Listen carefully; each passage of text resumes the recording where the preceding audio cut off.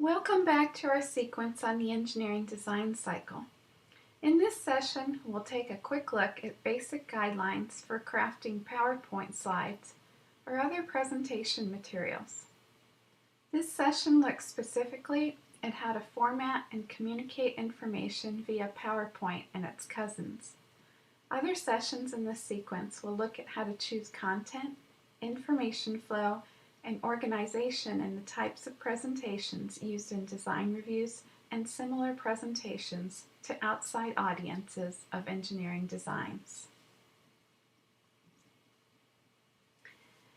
There are certainly as many pieces of advice for how to design a presentation as there are modes of presentation. In this session, we will focus on PowerPoint only because it is so commonly used as a presentation tool, and we make no statement or presumption that PowerPoint is the best way to make presentations.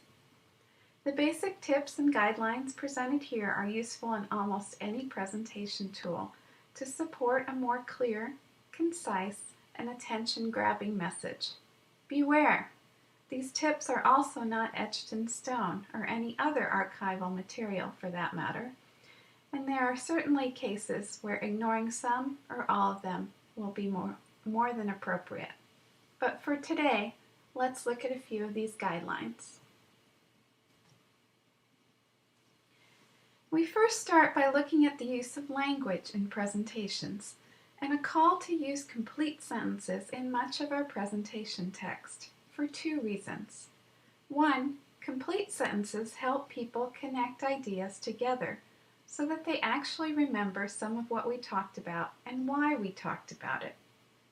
And, as importantly, as presenters, complete sentences also help us to stay on track with only one idea per slide.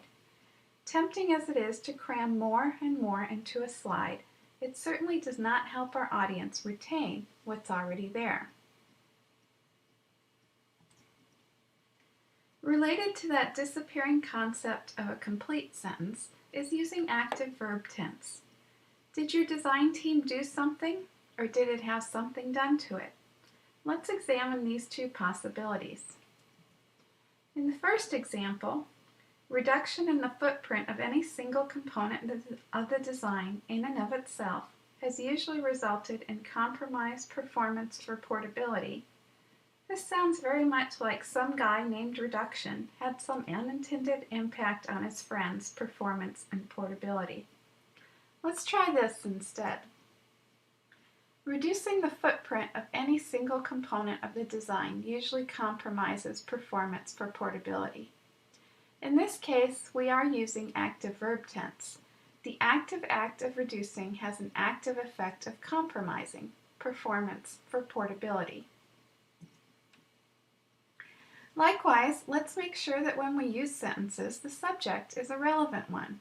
For example, going back to our reducing the footprint problem, reducing the footprint of any single component of the design in and of itself compromises performance for portability. This sentence suggests that some guy named Reducing, again, is doing something important, but we would rather convey that our design is doing something. So we might change that sentence to the following. A smaller design typically performs worse than bigger systems with similar designs. This sentence gives our design team something relevant to attack, a smaller design, rather than the abstraction of reducing it. Using active verb tense, a relevant subject, and complete sentences are good steps along the way to being more conversational with our audience. But it always helps to go back and make sure our statements are not too dense. In this example, we are actively working to reduce the complexity and the density of the sentence and make it sound more like what we would use in conversation. Part of being conversational is keeping sentences short. None of us really talk in paragraph-length sentences. So this first example has no business on a PowerPoint slide. While it may end up in a draft, during revision, it can turn into a series of shorter sentences that our audience is much more likely to understand and stay awake for. All these tips amount to one bottom line as the goal. As we use words in a presentation, we should aim for clear and direct statements that are not ambiguous, that are active, that are relevant, so that our audience is free to examine and comment on our design, rather than wasting time being confused by it. Once we have successfully run off any possibility of confusing our audience, we can also go back through our presentation to ensure that we are not overloading our audience. A rule of thumb in this regard is one idea per slide. No excuses, no exceptions. If we want to compare several ideas, such as design alternatives, we should consider presenting one design alternative per slide, such as what is shown here with the first approach to design of a certain type of system. And then at the end of presenting those alternatives, provide a slide whose sole purpose is a table or other visual means to compare the alternatives. Providing more than one design alternative per slide will almost certainly give ample opportunity for our audience to mix the alternatives up, and in so doing, they may mistakenly think that we didn't select the best design alternative, a situation we would surely like to avoid. As a reminder, complete sentences will likely draw us away from bullets, which is okay and recommended. A rule of thumb: no more than 5 bullets per slide, otherwise we are again in danger of putting more than one idea in a slide, or just as bad, overloading our audience. What better way to broadcast and advertise that idea but by providing a headline? In this example, we've used a shorthand headline, Signal Processing, Fully Integrated Approach. This may make perfect sense to us, but our audience may benefit from something more akin to a newspaper headline. Something like, a fully integrated approach is one famous way of solving our problem. Even after all this work, with a presentation as important as that prepared for a design review, we may want to consider the 3 treatments approach to our friends, peers, and superiors. In this approach, we may select 1, 2, or even 3 slides that are critical to what we want to say. We may design them in 2 or 3 different ways, and then show them to some others who would represent the types of people in our audience. This sounds like a lot of work, but it exposes miscommunication and misinterpretation that is certainly better found now than when on the big stage.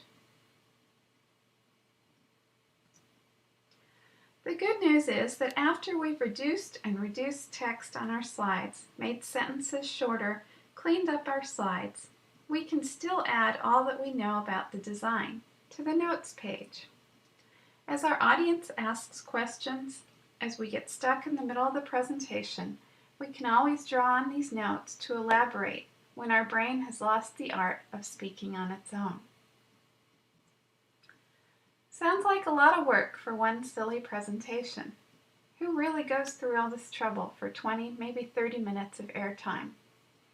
The answer is those of us who want to make sure that our design is warmly embraced, received, supported, and pushed forward into the next phase of the design cycle. The presentation may seem like icing on the cake, but for your audience, it is the cake. So spending the extra time to polish and make it clear is well worth the effort. Thank you for joining us today as we explore basic guidelines for improving the words we use on presentations and PowerPoints. We certainly hope that this session has been helpful in creating a more clear, concise, and appealing presentation to those outside your design team, and that you'll join us again as we take a detailed look at other phases of the design cycle.